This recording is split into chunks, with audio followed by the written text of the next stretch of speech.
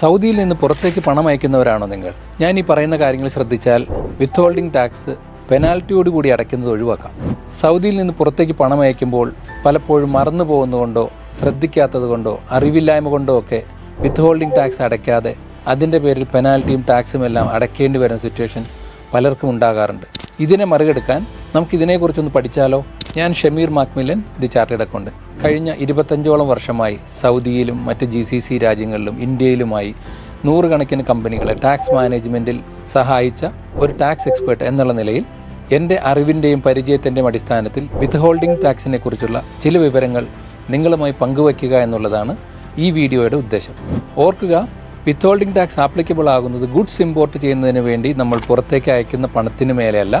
മറ്റ് സർവീസുകൾ നമ്മൾ സൗദിക്ക് വെളിയിലെ ഉള്ള പല സർവീസ് പ്രൊവൈഡേഴ്സിനും നമ്മൾ അയക്കുന്ന പൈസയ്ക്ക് ആണ് വിത്ത് ഹോൾഡിംഗ് ടാക്സ് പിടിച്ചിട്ട് നമ്മൾ ഗവൺമെൻറ്റിലേക്ക് അടയ്ക്കേണ്ടത്. വിത്ത് ഹോൾഡിംഗ് ടാക്സിൻ്റെ റേറ്റുകൾ വരുന്നത് ഇങ്ങനെയാണ്: management fee 20%, royalties 15%, dividend 5%, rent 5%, insurance 5%, technical and consultancy services 5%, airline tickets, sea freight etcetera 5%, insurance and reinsurance premium 5%, international telecom services 5%, any other payments 15%.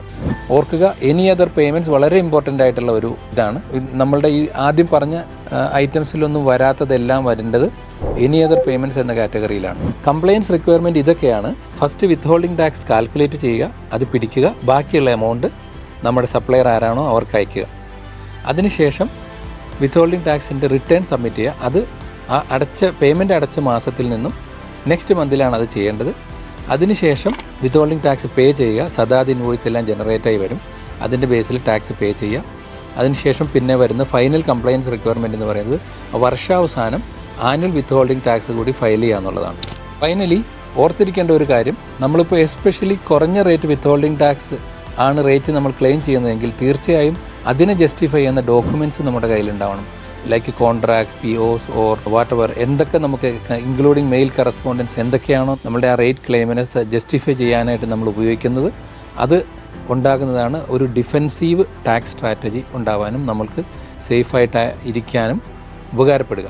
ഇനി വിത്ത് ഹോൾഡിംഗ് ടാക്സ് സംബന്ധമായി നിങ്ങൾക്ക് എന്തെങ്കിലും സംശയമുണ്ടെങ്കിൽ അല്ലെങ്കിൽ എന്തെങ്കിലും സപ്പോർട്ട് വേണമെങ്കിൽ, അതല്ലെങ്കിൽ ഒരു ഫ്രീ വിത്ത് ഹോൾഡിംഗ് ടാക്സ് ചെക്കപ്പ് വേണമെങ്കിൽ തീർച്ചയായും ഞങ്ങളെ ബന്ധപ്പെടാവുന്നതാണ്.